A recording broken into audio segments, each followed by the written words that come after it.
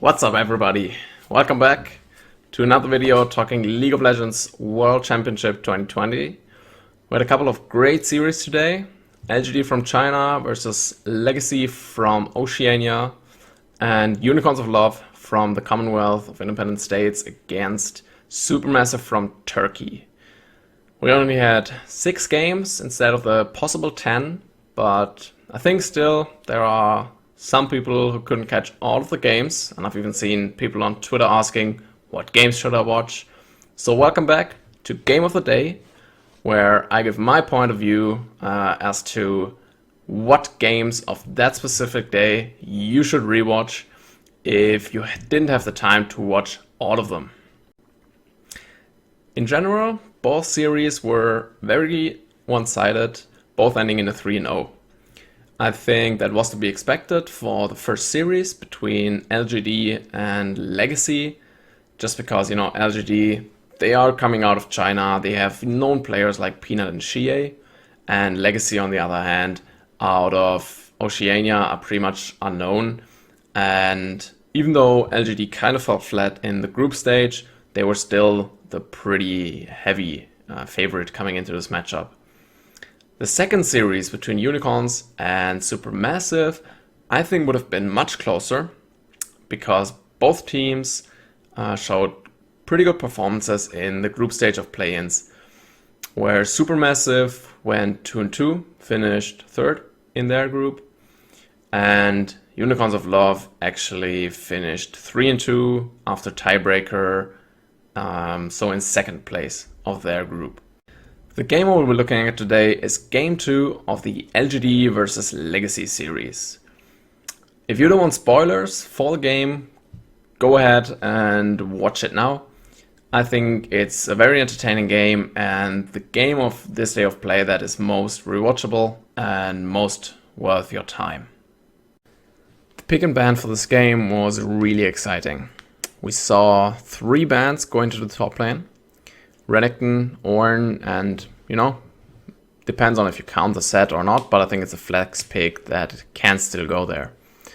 We then get a Twisted Fate first pick from Legacy, and LGD answer with Nidalee and Camille. Camille basically being the last real meta top laner that is still available. On the other side, Legacy pick up the Lilia and the Poppy. So the Poppy is really interesting because both Nidalee and especially the Camille in top lane have dashes that can be interrupted by the Poppy. But on the other side, we see the Kassadin locked in for LGD. I think this is really smart.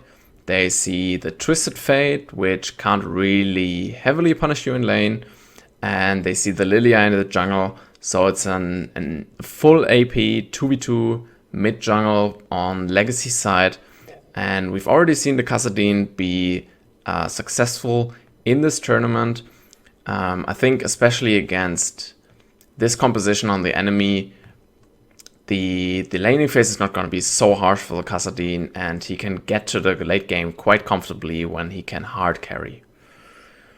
The interesting thing on the other side for Legacy is going to be the Draven pickup that's going to come through in a couple of seconds. I understand, this is just what I've heard on the broadcast as well. I can't really corroborate that, but the Draven is kind of a pocket pick for Legacy's AD carry race. And I just think it's really, really fun to see it in pro play. LGD then round out the composition with the Ezreal, which means that they will definitely have the scaling advantage on their side. What plays out in this game is a really slow early game.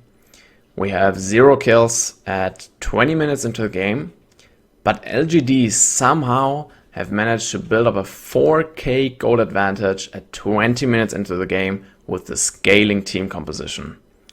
They have taken down 3 turrets to the one on Legacy side, and very smartly, in my opinion, they have given up the first 2 dragons of the game. Kassadin in the mid lane and Ezreal in the bot lane will build tiers in their item kit, and those need to stack So with Ezreal, it's pretty much a prescribed wisdom that you shouldn't contest the first couple of Drakes.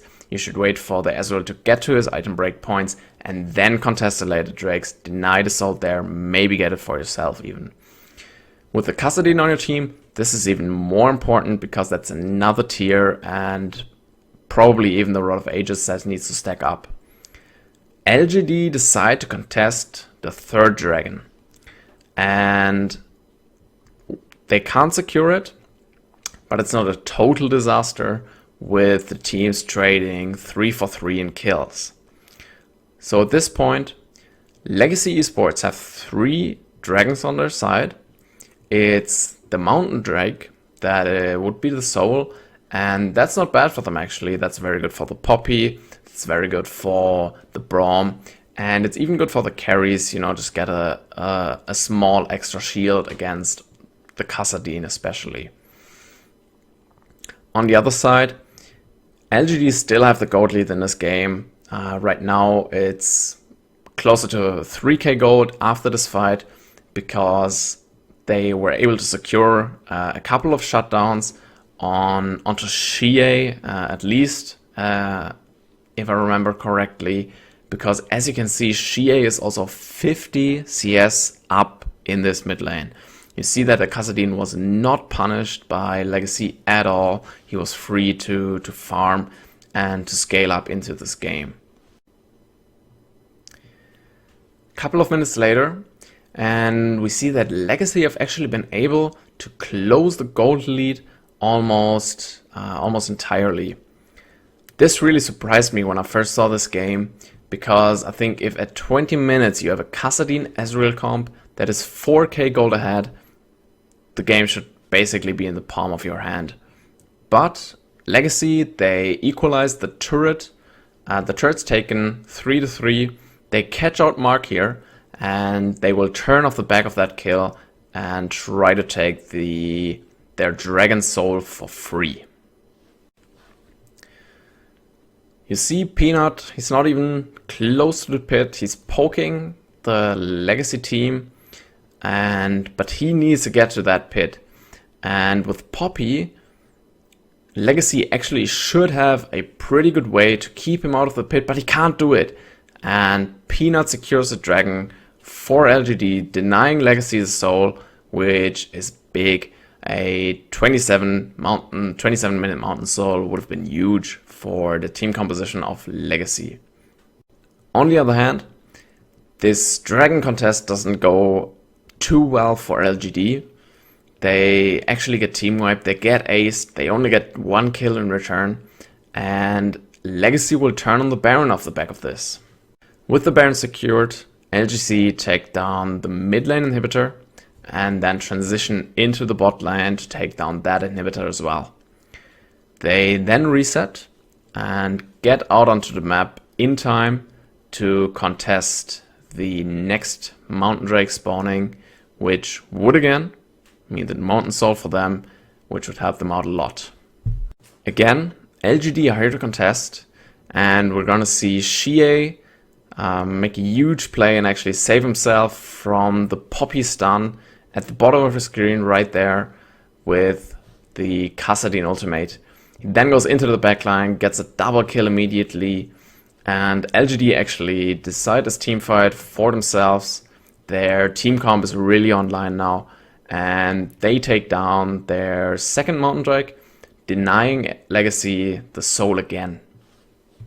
With Dragon down, the next objective on the map is Baron, and crucially Legacy take down Peanut, take down LGD's jungler with Baron on the map, and they instantly turn onto the Baron. It's a 4v5 without the jungler for LGD. This should be LGC's Baron. And they take it down, but Kassadin and Ezreal are too big at this point. In a 4v5, LGD actually team wipe and ace Legacy, and they close out the game after this. They go into the mid lane, and they have enough to close the game out at this point. I think this game was insanely back and forth. I still don't know how LGD managed to get a 4K gold lead at 20 minutes with a team composition around Kassadin and Ezreal, then managed to almost throw it all away in mid-game when their team composition actually started to get online, and then they wrestled it back out of the clutches of defeat at the very end. So I think this is the most entertaining, most rewatchable game of this day. If you found this video interesting, exciting, insightful, feel free to share and like. Would mean a lot to me. And thanks for watching.